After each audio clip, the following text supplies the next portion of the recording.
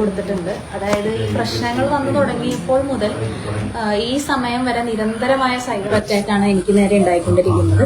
അത് ഞാൻ ഒരു കാര്യമായിട്ട് തന്നെ എടുത്തിട്ടില്ല. ഞാനത് പോസ്റ്റ് ഇടുകയും ചെയ്തിരുന്നു. ഞാനതൊരു ബഹുമതിയായിട്ടാണ് കാണുന്നത്. കാരണം കൊള്ളുന്നവർക്ക് കൊള്ളുന്നുണ്ട് എന്നുള്ളത് തന്നെയാണ് അതിന്റെ സത്യം എന്ന് എനിക്കറിയാം.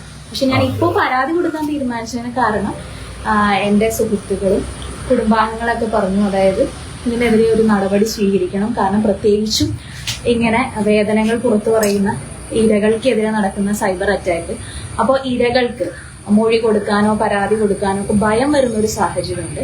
അപ്പൊ ഞാൻ തന്നെ മുൻകൈ എടുത്തിട്ട് അതിൽ പരാതി കൊടുക്കുകയും അതിന് വേണ്ട നടപടിക്കായി ശ്രമിക്കുകയും ചെയ്യണം എന്നുള്ളത്.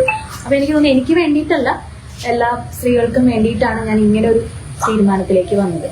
അപ്പൊ അതിനെ അടിസ്ഥാനപ്പെടുത്തി ഞാൻ സൈബർ പോലീസിനും അതുപോലെ പോലീസ് മേധാവികൾക്കും മുഖ്യമന്ത്രിക്കും നേരിട്ട് പരാതി നൽകിയിട്ടുണ്ട്. കൃത്യമായ ആളുകളുടെ പേരും ലിങ്കൊക്കെ വെച്ചിട്ടാണ് ഈ പരാതി? അതെ, ഞാനത് ട്രേസ് ചെയ്തിട്ടുണ്ട്. അതിൽ ഏറ്റവും കൂടുതൽ ബുദ്ധിമുട്ടുണ്ടാക്കിയിട്ടുള്ള ഒരു കാര്യം എന്ന് പറയുന്നത്, എനിക്കെതിരെയുള്ള സൈബർ അറ്റാക്ക് അല്ല, എനിക്ക് പരിചയമുള്ള മറ്റ് പുരുഷ സുഹൃത്തുക്കൾ, പ്രശസ്തരായ പുരുഷ സുഹൃത്തുക്കളെ കൂടി ഇതിലേക്ക് വലിച്ചിഴക്കുന്നു എന്നുള്ളൊരു പ്രശ്നമുണ്ട്. അപ്പൊ അതുകൊണ്ടും കൂടിയാണ് ഞാൻ അങ്ങനെ ഒരു തീരുമാനം എടുത്തത്. താങ്കൾ ആദ്യം ഉന്നയിച്ച പ്രശ്നങ്ങൾക്ക് പരിഹാരമായെന്ന് കരുതുന്നുണ്ടോ?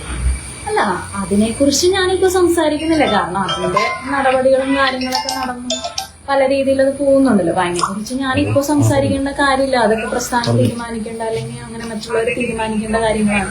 അപ്പൊ അതിനെക്കുറിച്ച് ഞാനിപ്പോ പറയുന്നില്ല. സൈബർ അറ്റാക്ക് അത് രൂക്ഷമായ രീതിയിലുള്ള സൈബർ അറ്റാക്ക് ആണ്.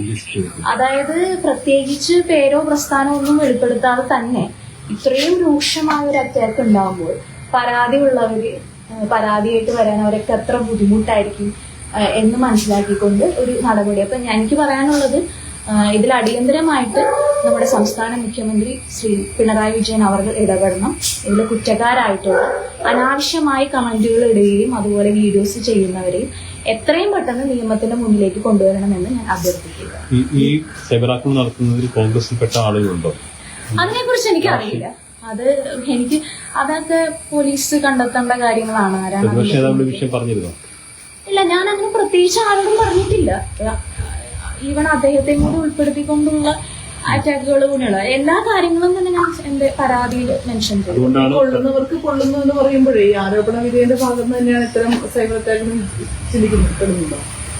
അങ്ങനെയല്ല, ആർക്കാണോ അത് കൊള്ളുന്നത് അവർക്ക് കൊള്ളുന്നത് കൊണ്ടാണല്ലോ ഇങ്ങനെ പെയ്ഡായി കൂട്ട ആക്രമണം നടത്തുന്നത്. അപ്പൊ ഈ ആരോപണ വിധേയം പെയ്ഡ് ആക്രമണത്തിന് അയച്ചുവിടുന്നു എന്നുള്ളതാണ്.